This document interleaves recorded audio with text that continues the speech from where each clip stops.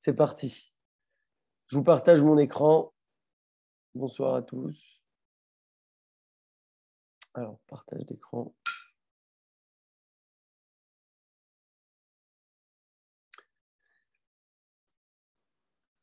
OK.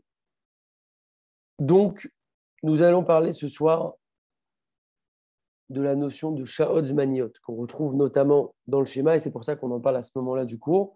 Mais on va s'intéresser pendant qu'on étudie ça à l'ensemble de ces notions d'horaire limite, etc. Et on va comprendre ce soir, en 20 minutes, Bezrat Hashem, tous les fondements pour comprendre ces notions d'heure limite. C'est très intéressant parce qu'une fois qu'on les a compris, ça nous permet après de comprendre toutes ces choses finalement auxquelles on a affaire tous les jours. Ensuite, on aura encore un cours donc, sur la fin du schéma Shkala Amida, avec des points de vigilance, etc. sur le schéma. Et ensuite, on attaquera sur le cours suivant la Amida, toujours dans notre suite, Bezrat Hashem.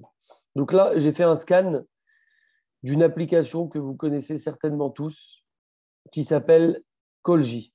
Ok, Kolji, vous pouvez la mettre en français, vous pouvez la mettre en hébreu.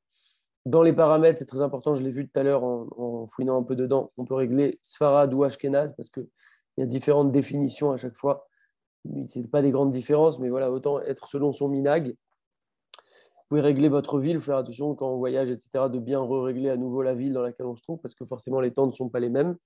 Et là, le but du cours de ce soir, c'est de balayer tous ces temps-là et de les comprendre de la manière la plus simple et la plus efficace possible. Bezrat Hashem. Donc là, on a l'ensemble des horaires. Tout d'abord, ce qu'il faut comprendre, et c'est un fondement, c'est qu'on a deux principaux avis sur la manière de découper ces horaires, la manière de comprendre ces horaires-là. Beur Hamoussag Sha'od Zmaniot. Donc, on va expliquer là la notion de Sha'od Zmaniot.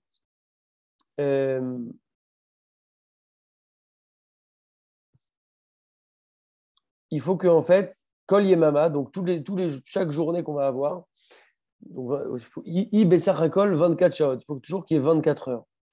Ben Bekaitz, Ben Bechorav. Donc là, en fait, on a ce genre une notion qui s'appelle celle de Sha'a Zmanit, Sha'od Zmaniot au pluriel.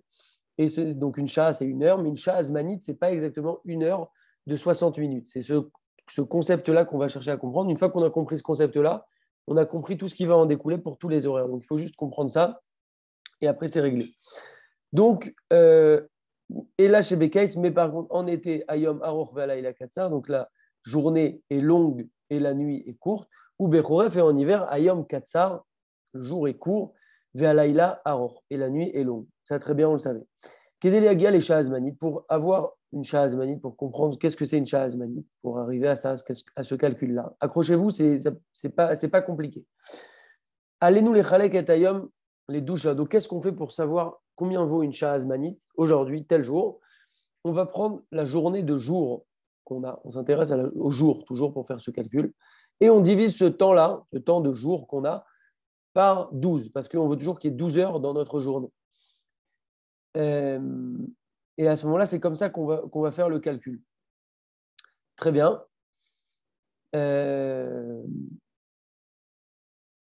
Pour donner un exemple ici, un exemple d'application de ce système-là, on nous dit que par exemple que le Kriyat Shema, on devra toujours le lire maximum à la fin de la 3e heure. Toutes ces notions de la fin de la 3e heure, la 4e heure, brûler le Hametz, la veille de Pessah, on nous dit avant telle heure, la 6e heure, Chatzot, etc. Toutes ces notions en fait sont basées sur ces heures-là. À chaque fois qu'on parle de la 3e heure, la 4e heure, ce n'est pas des heures classiques de 60 minutes, c'est à chaque fois cette notion de Sha'od Zmaniot, des heures Zmaniot.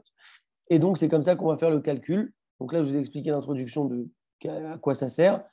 Maintenant, on va faire un exemple pour le calcul. On va le faire une fois et ça va être très simple. Et c'est là qu'on a deux avis sur ce calcul, ou Matai ou Trilatayom. En fait, on a une divergence d'opinion, une marloquette sur, ok, très bien, on nous a dit qu'on va prendre le jour, la période de journée, dans la période où il fait jour dans la journée, et diviser ce temps par 12. Mais on a deux opinions possibles. Basés Nechlekou, Rabotenu, Arushonim, Acharodim, ils ont divisé leurs opinions. Donc il y a une marloquette entre les Rishonim, les décisionnaires, et les Acharonim, donc en fonction des époques. Ve'ashnan Shteshitot. Et donc ce qu'il faut savoir, c'est qu'il y a deux avis. Chez Regidim, Lechanotam, Shitat Amagen Avraham, Veshitat Agra. Comment on appelle ces deux avis? Le Magen Avraham, qui est aussi appelé souvent dans Kolji MA. Je vous montre juste après. Et on a également la Shita, donc l'avis du Agra. Le Gra, c'est à Gaon Rabbi Eliaou Vilna, donc le Gaon de Vilna. Donc voilà les deux avis, Magen Avraham, Gaon de Vilna. Et quelle est la différence entre leurs deux opinions?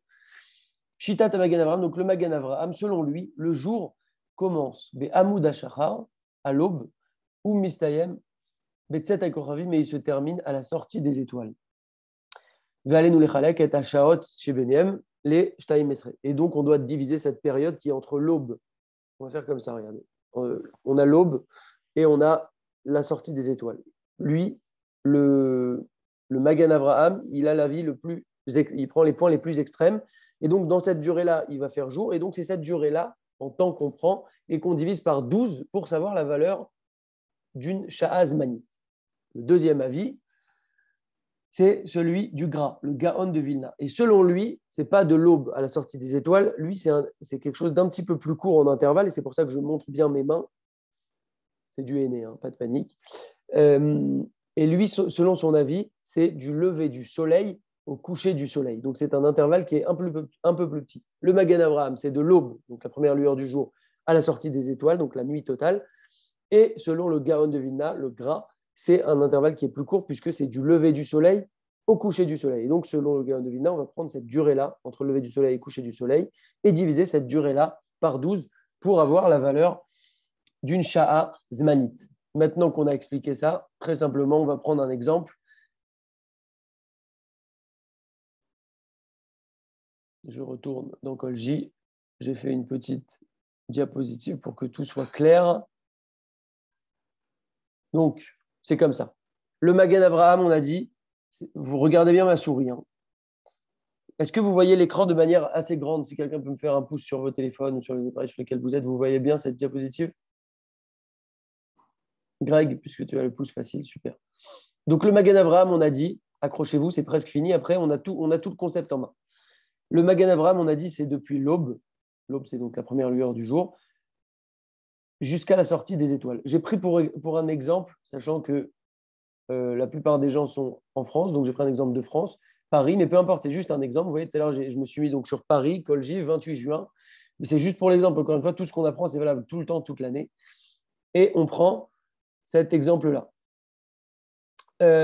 Donc, l'avis du Magen Avraham, vous avez aussi une possibilité d'afficher comme ça en phonétique. Sinon, ça peut être en hébreu, mais vous pouvez l'afficher en phonétique. Donc, l'aube, c'est ce qu'on appelle Alot HaShachar. Alot HaShachar, c'est l'aube. Et donc, c'est 3h05, l'aube. La sortie des étoiles, c'est ce qu'on appelle Tset HaKochavim, et c'est 22h50. Donc, on prend cette durée-là, entre 3h05 et 22h50. J'ai calculé pour gagner du temps. Il y a 19h45 minutes de temps entre l'aube et la sortie des étoiles. On va prendre cette durée-là et la diviser par 12. Attention au piège, on ne divise pas 19,45, puisque là, les chiffres sont plus des minutes quand on va calculer le chiffre, mais on parle en chiffres entiers pour ceux qui sont assez bons en maths. Et donc, en fait, il faut prendre le chiffre 19,75. Pourquoi? Parce que 0,75, c'est 3/4. C'est 3/4 d'une heure, c'est donc 45 minutes. Donc, il faut faire attention à ça parce qu'on parle ici en chiffres. Et donc, on prend cette valeur-là de 19,75 qui correspond à 19h45 minutes et on divise ce chiffre par 12 et on obtient la valeur d'une Sha'az Manit selon l'avis du Magen Avraham. Et donc, on obtient 1,65 heures. Et là, pareil, on refait la conversion puisqu'ici, on a un chiffre entier. Pour avoir avec des minutes, on peut convertir ici. Donc, 0,65 heures, c'est comme si on dit à peu près 2/3 d'une heure, c'est donc 40 minutes. Et donc, on a une heure pour 1,65 en chiffres, ça donne 1h40 minutes. Est-ce que vous me suivez toujours, messieurs? C'est un petit peu technique, mais ce n'est pas compliqué. Greg, un petit pouce. Donc ça, c'est selon l'avis du Magen Avraham. Le Gaon de Vilna, on va faire exactement la même chose. Lui, on a dit que c'était du lever du soleil au coucher du soleil. Et donc, on va venir voir ici Gaon de Vilna. Donc, le Netz, pour l'instant, on calcule juste la Sha'az Manit. Après, grâce à ça, on va pouvoir comprendre toutes les conséquences. Le Netz Hachama, donc le Netz Hachama, on avait dit l'intervalle ici. Le Netz Hachama, c'est le lever du soleil qui est à 5h49. Et le coucher du soleil qui est la Shkiat Hachama, qui est 21h58. Pareil, même principe. Donc, selon l'avis du Gaon de Vilna, qui est le deuxième avis, qu'on appelle aussi Gras, cette durée-là, entre le lever du soleil et le coucher du soleil, on a 16 heures et 9 minutes. Attention au piège, on ne divise pas 16,09. On convertit les minutes pour avoir un chiffre entier.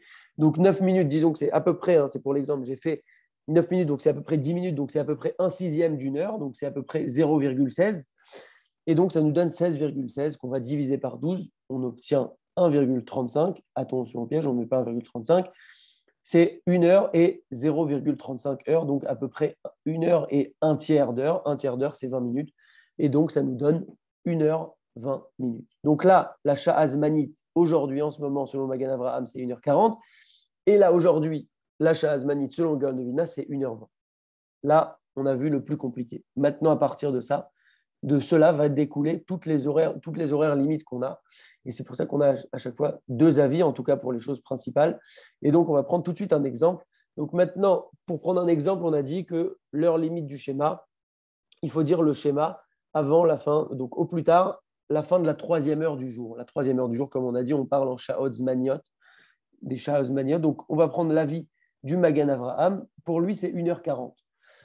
Et en fait, pour calculer donc la fin de la troisième heure, selon son avis, donc on part de son point de départ à lui, puisque son point de départ à lui, c'est l'aube, et on va partir de cet horaire-là de l'aube, et on va y ajouter 3 heures pour savoir quelle est la limite, mais attention, des heures zmaniotes.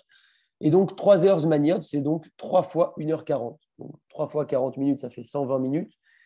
Ça fait 2 heures, plus 3 fois 1. Donc, en gros, 3 fois 1h40, pour faire plus simple, ça fait 5 heures de temps.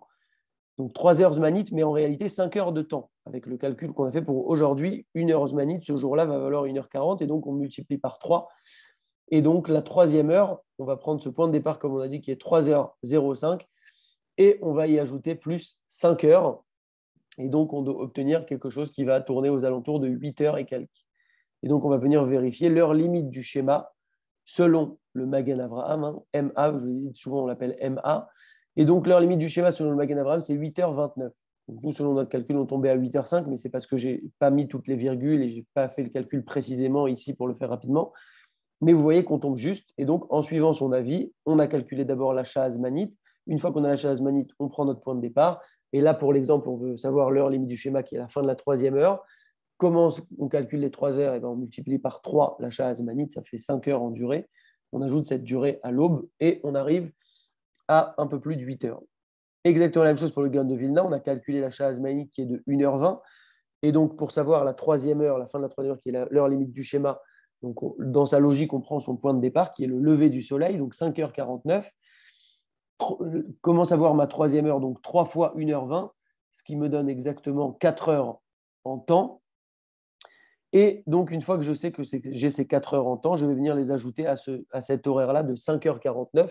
Et donc, 5h49, je rajoute 4 heures, ça fait 6h49, 7h49, 8h49, 9h49.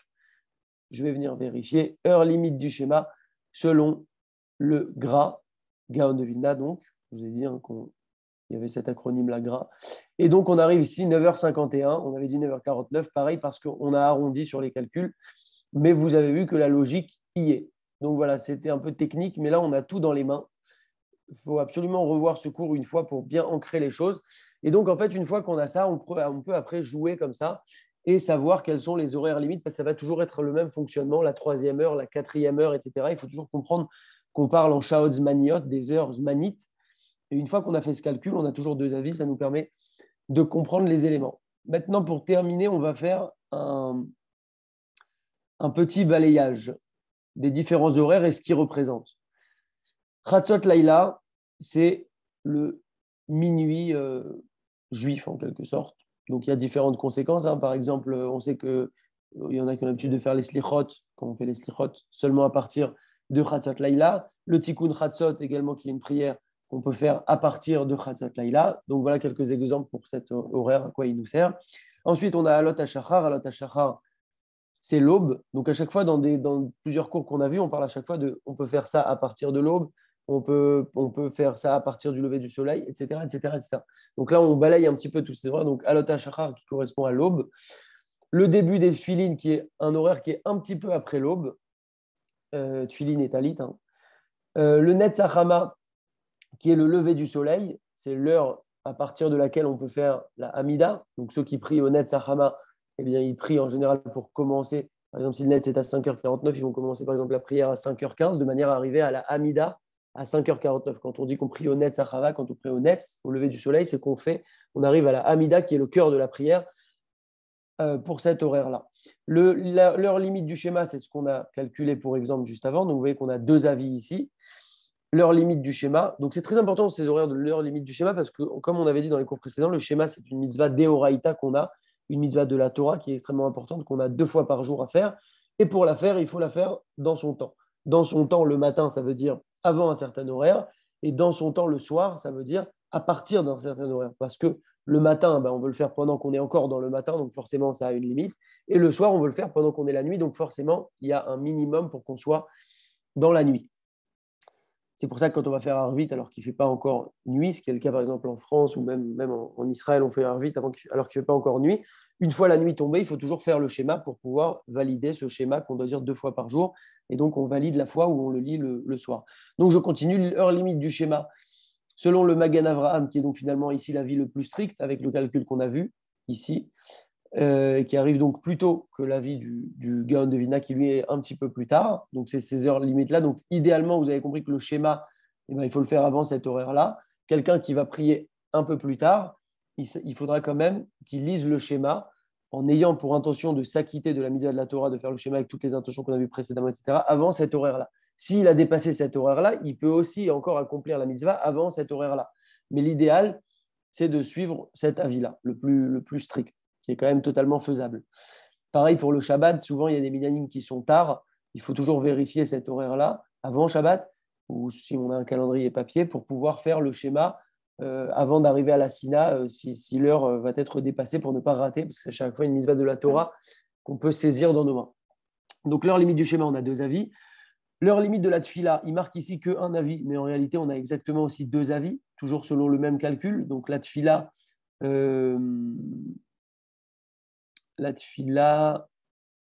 je crois que c'est la fin de la 4e heure, si je ne me trompe pas, mais ça c'est à vérifier. Et donc, toujours selon le même calcul, on va partir du point de départ, ajouter les 4 heures avec les heures zmanites, et on arrive à une heure limite. Donc, à quoi sert l'heure limite de la tfila? L'heure limite de la tfila, c'est l'heure limite à partir desquelles on peut dire les brachot du Kriyat Shema. On a des brachot avant le schéma, on a des brachot après le schéma, comme on l'a déjà expliqué dans les cours précédents. Si on dépasse cet horaire-là, on ne peut plus dire les brachot du schéma avec le nom de Dieu. Il faudra les dire. On peut quand même les dire, mais sans le nom de Dieu. On va dire Yotzer, Or, Vorech, Osher, Husei, Shalom, Vorech, Takol, etc. On ne peut pas dire le nom de Dieu après cet horaire-là de l'heure limite de la tfila. Donc ça, c'est la chose qu'on ne peut plus faire à partir de cet horaire-là. Et l'heure suivante, c'est Chatzot Hayom.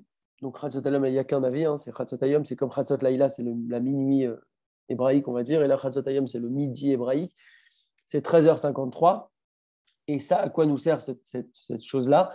C'est l'heure maximum à partir jusqu'à laquelle on va pouvoir faire notre Amida. Donc là, on a dit que si jamais on dépasse cet horaire-là de l'heure limite de la Tfila, on ne peut plus faire déjà les brachot du schéma, il faudra les dire sans le nom de Dieu. Mais on peut encore faire la Amida après 11h12, s'il est 11h30, 11h45, etc. Pour cette journée-là, je parle, c'est juste pour l'exemple. Maintenant, par contre, si on dépasse Chatzot Hayom, là, on ne peut plus, bien entendu, on ne peut plus faire les brachot du schéma parce qu'on a dépassé 11h12, mais on ne peut plus également faire notre Amida de Shacharit.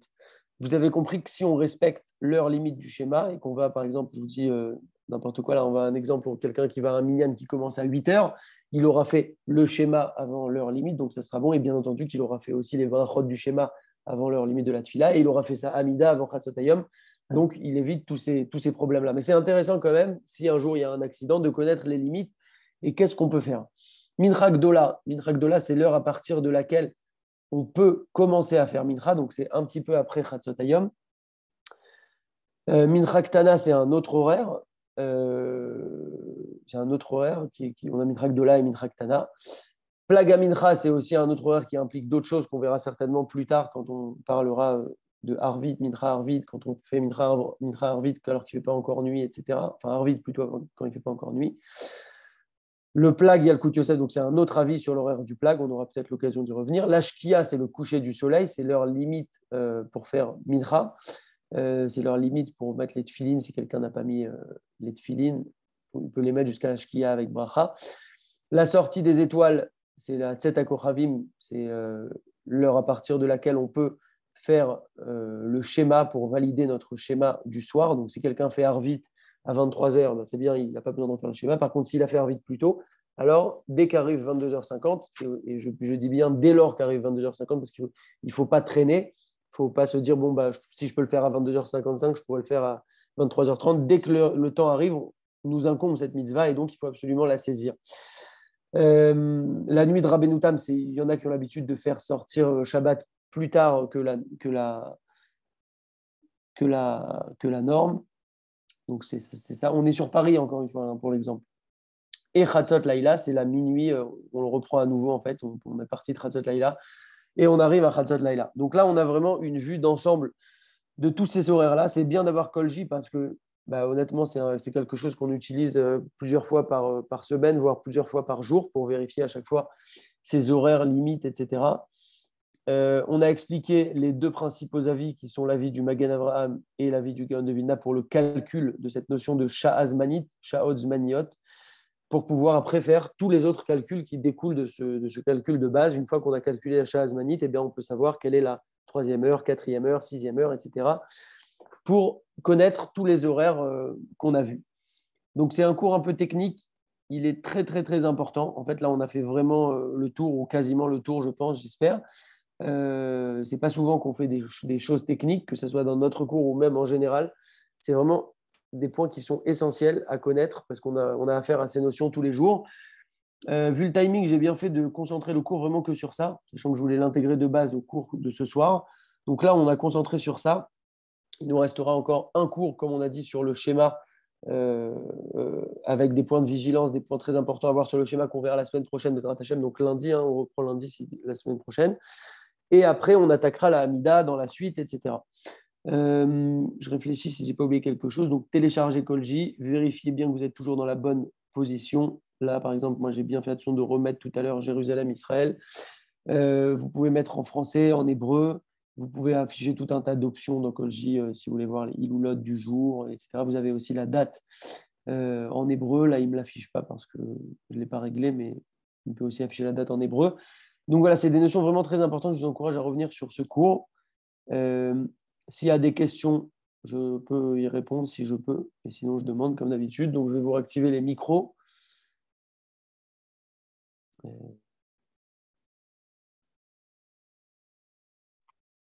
Razak Shimon. Voilà. Vous pouvez réactiver vos micros.